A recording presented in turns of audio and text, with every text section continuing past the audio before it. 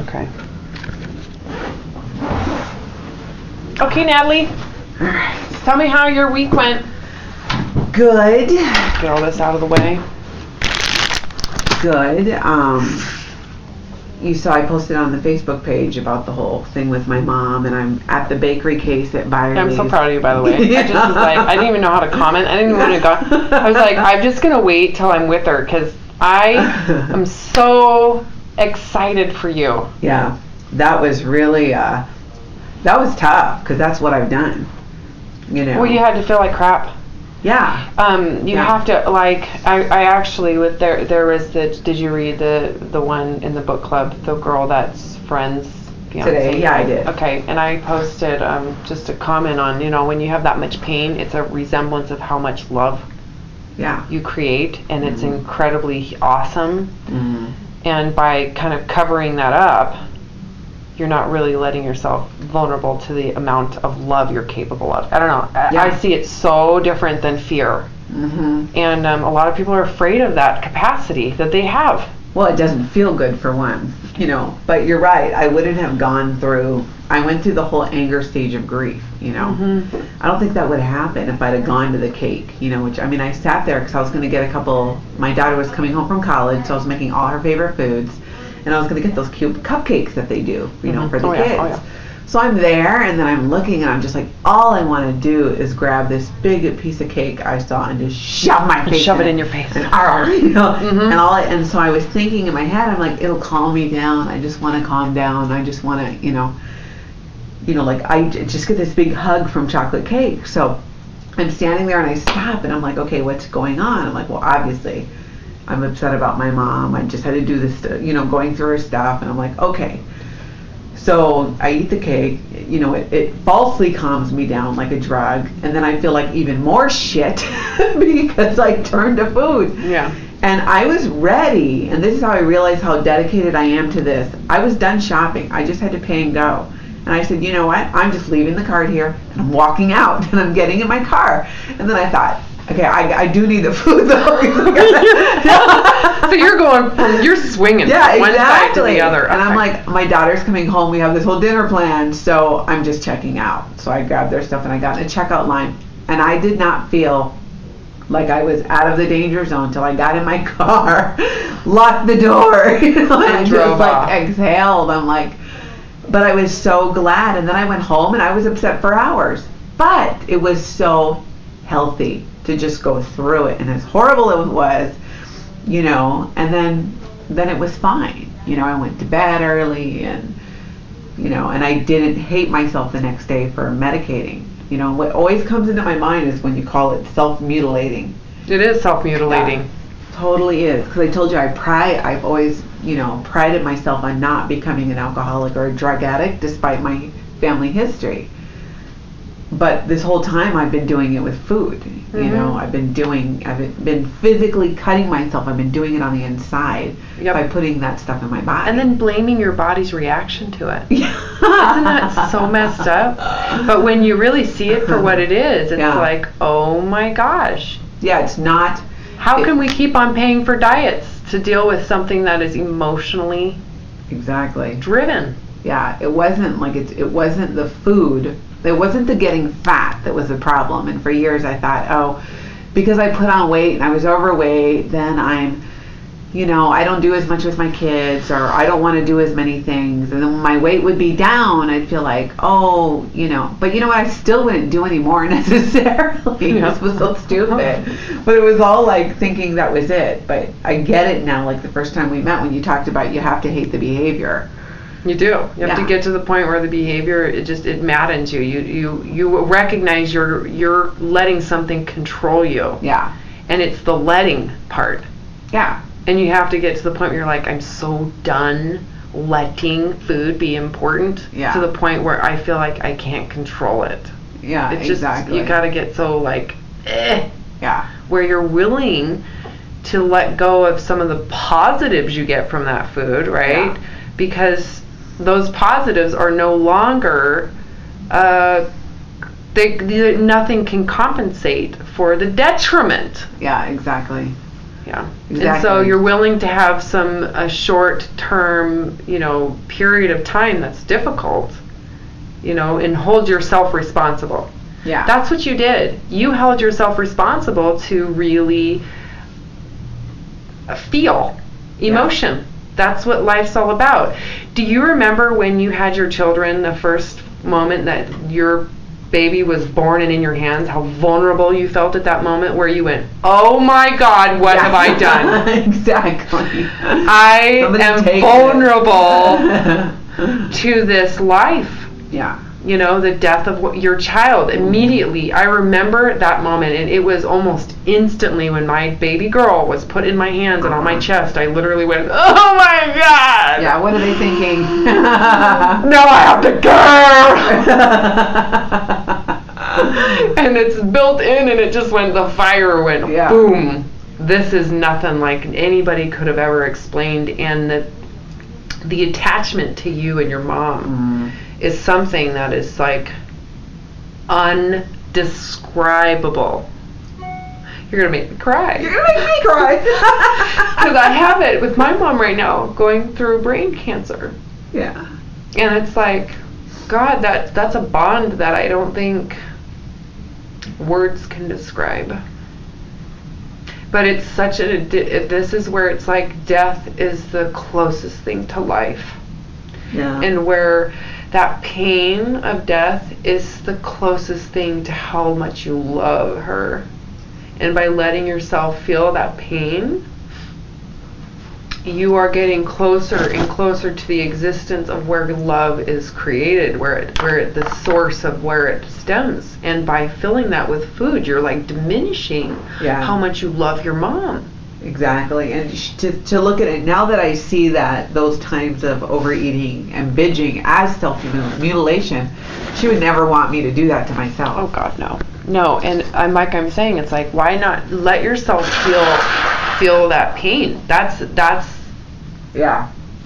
is mistaken for love. That's part of the process too, is like how much pain you feel, that's how much love you feel for that person.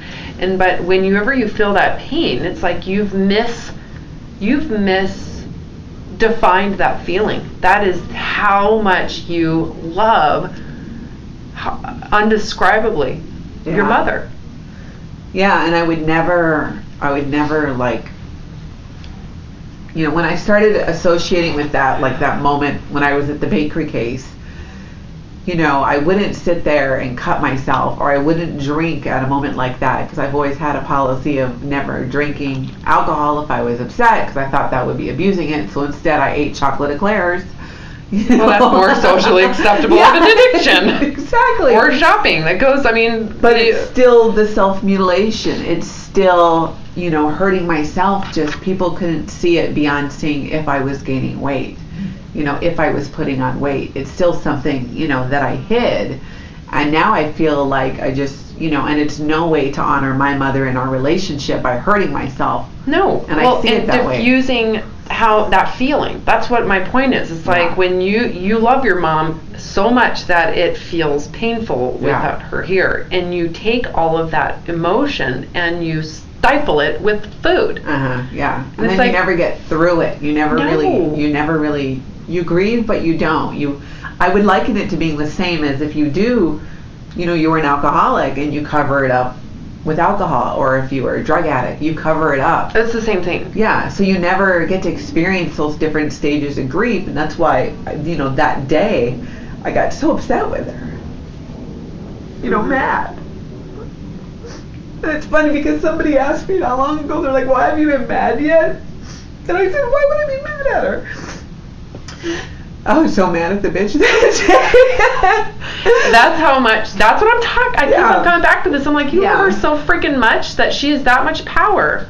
Yeah, and I went through that anger stage of grief. But when I went through it, I felt so much better, that night. And I, went to sleep and I got up the next day and I just felt so much better about it and about her. And I have these moments like this. It's only been a couple months, but it just was like I felt more secure, and that I wasn't gonna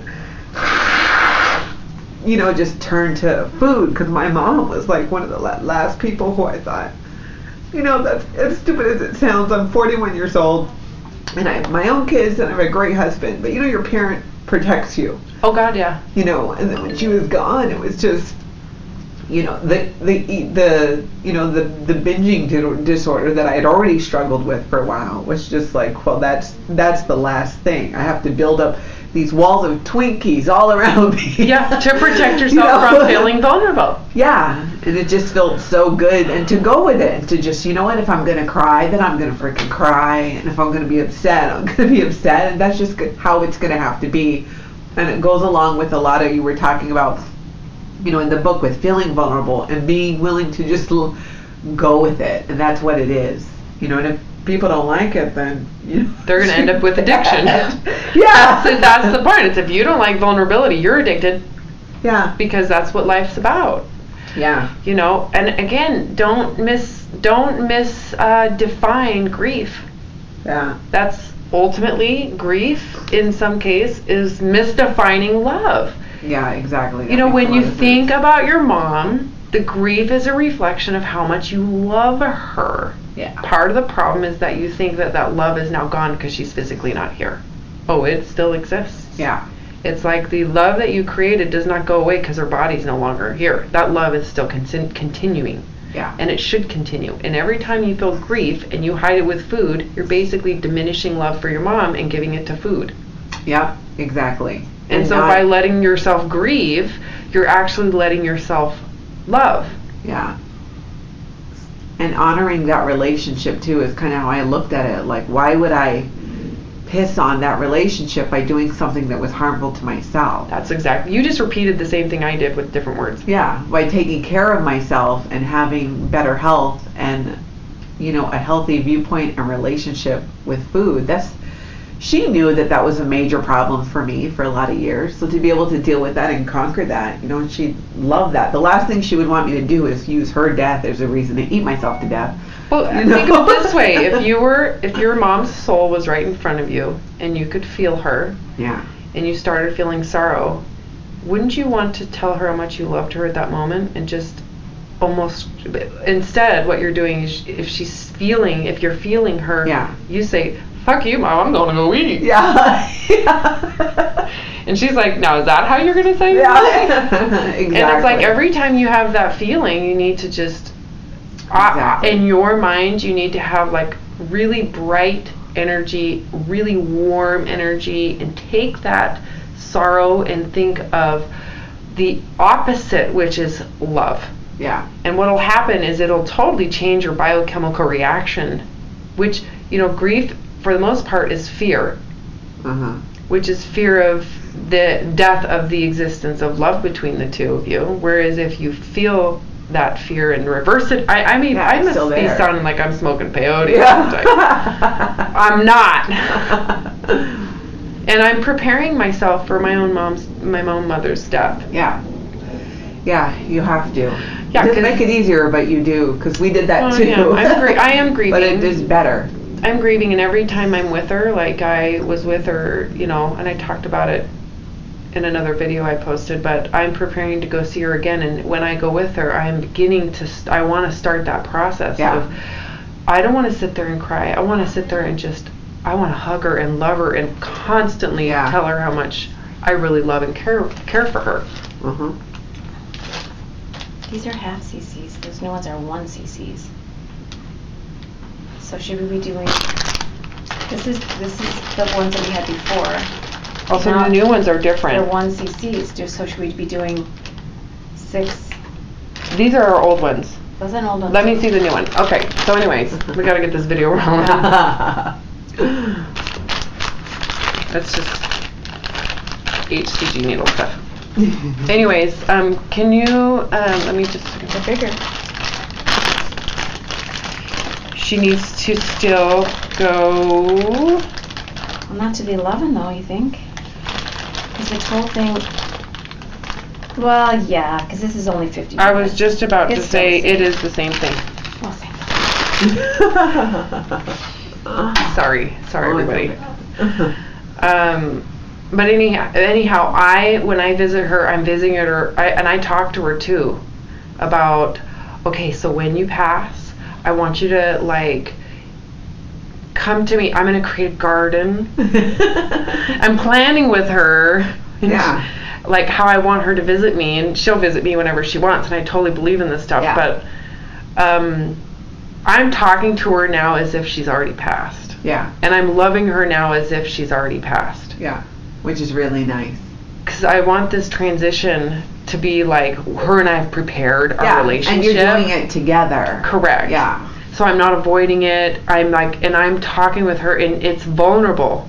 Yeah. Just talking about it with her. Yeah. But it's almost like as soon as we have this, like, okay, Mom, I'm going to have a garden, and I want, every time I walk through the garden, I'm in your heaven. Yeah. It's so powerful. Just the exercise of doing it before she passes. Yeah. Which is, I think, will be you're going to be so glad you did that, to be able to, over the years we talk about it because my mother had health issues. But it is very comforting when you've talked about those things, and then they're gone, and And then I'm practicing with her here in our head, so that it's something that when I think of her, I will think of my heaven with her. Yeah, the garden, and she'll have comfort knowing that when she's gone, you're going to have this place, and this is how you're going to deal with it. And this is what, you'll do. Oh yeah, my grief will be in love. Yeah. It won't be in sadness and fear. It'll be in that feeling that I'm going to be creating from the same place that grief is created. But it's in a totally different manner. It's not diminishing. It's this flowing, undefinable energy. We're totally off topic, but this is on topic because ultimately, when you look at addictive behavior and controlling behavior, which is what it is, it's all to hide these feelings that we don't know how to process through, and no one's ever helped us process. Yeah, and the help that we've gotten is go to this, and this will help you. Yeah. It's never been go to this. Yeah. This undescribable soul. And that's the source of everything you need to rethink the circumstance from a place of love rather than fear, loss, ego. Exactly. And I've been, kind of using that tool a lot of just asking myself, okay, what's going on? Like I'd mentioned, even with getting, bored with the food. I'm 2 weeks in, and I just had this particular moment the other day where I was like, oh, I'm going to do this for 4 to 6 weeks. So I'm going to do it for either another 2 to 4 weeks. And then I've got 3 weeks of maintenance. And I'm like, oh, this is going to suck at first, because this is getting kind of boring. And I stopped and I asked myself, what's boring? What am I thinking that other food than what's on the protocol is going to give me? And I thought about it, and I realized that, I was bored. I was at home cleaning, which you don't get much more boring than that, And I never thought that I was a person who got bored. I would tell my kids, if I'm bored, I'd be like, well, then here's a broom, go clean something. Go do it. Or I'd say, I haven't been bored for 30 years. I wish I was bored, Yeah. But I realized a lot of my eating was around boredom. But I never identified it as boredom because I never stopped to ask myself, what sensation am I trying to give myself with food, instead of actually finding an activity outside of my head to give me that same sense of entertainment. So, you have to be the creator. Yeah, Eating is the passive way of non-creating. Yeah. Because it's being done to you rather than you being the creator of it. This is what's happened with our society. That's what's happened with TV and computers. We don't create anymore. We're just looking for that to create us. We become entitled bitches. That's what we are. And our kids are the same way. It's like, I'm bored. If I take away the TV, that's like child abuse. Yeah. And I'm like, no, go outside and create. I want you to make something up and show me what it is. So I kind of have to guide them in the process, but and anytime someone says, Robin, I'm bored, the first thing I think is, oh, addict. You are an addict because you are entitled for food to entertain you, and it may not be like the addiction of, dealing with issues like severe trauma, but you're addicted to entertainment that comes outside of you. It still is, and part of it is too, I thought, well, when I watched the video you did on the guy getting onto phase 2, which was really perfect timing for that, because I was looking at it like this longer time that I can't have, X, Y, and Z. Diet. Yeah, versus when I watched the video and I'm like, oh my gosh, that's right, phase 2, you can have avocado and salmon, and I'm like, oh. That's right, this isn't a diet. Yeah, it's like that there's will be phases so great. in prepreparation to reality. Yeah, or even, cheeses. I really like aged cheeses. Oh, stop it now. I just thought how great. And to be able to do it with this guide, of hunger. And I thought, well, then this is really, when I take away the boredom thing and put that on myself, like, okay, you need to entertain yourself instead of turning to food. Totally. It makes it 10 times more doable to do this for another 4 weeks. I know. Because the food I actually like. It's good. Well, and it doesn't have to be. And the neat part about the process is, because this isn't a diet, this is a period of time that your focus is to be on listening to hunger and using it as your guide, and then identifying all the bullshit you've been lying to yourself about. So you're still in the process. You're not ready for second phase yet. Yeah, exactly. You know what I mean? And so this was one of the moments that it's like, ooh, trigger. This is the mind-body method. You've accomplished 1 and 2. You know what hunger feels like, and you know how it diminishes, right? Yeah. Would you not say that that's done, over? Yeah, exactly.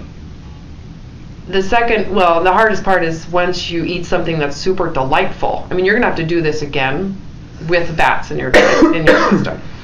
Because it gets hard on the second phase, or P3. P3, now that's after the maintenance? Okay, here's the deal. Yeah. Kevin Trudeau and the internet does not follow Dr. Simeon's plan. Yeah. Dr. Simeon's only had 2 phases. Yeah. Phase 1 and phase 2. I follow him. Yeah. So if I interchange kind of internet language, you're doing the phase 1, phase 2 plan. P3 is phase 2. Yeah. And then there's just life after that. Yeah. Then there's, truly, it is, and I call it reality. You have to get into reality, and we have to strategize to get you to where you're living without limitation whatsoever. And how are you going to choose to live in your new reality? Yeah. That's what we want to get you to, and hopefully it's guided by hunger. Yeah. And intelligence with food, Yeah. And it helps too to be away from some of those, other foods too that I'd overindulge in, and to realize that, they're not that great, really. When you take compare it to a strawberry. Yeah, like peanut butter pie. Antiquity Rose makes this amazing peanut butter pie that's to die for. But when I take the emotion out of it, I probably couldn't eat more than 2 bites of that, because it's so delicious, but it's so rich and filling. Totally. I would sit down and eat that mother in 1 sitting. And then you'd be ill. And I would be, like, my mother would always say that, she goes, there she goes, you're eating yourself into unconsciousness. And she was correct.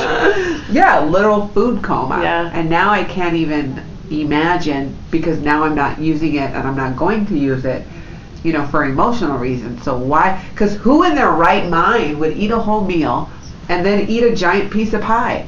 That's just not sane to do that. Now that you're aware of hunger. Yeah, exactly. When you live amongst the gluttons, it's totally normal.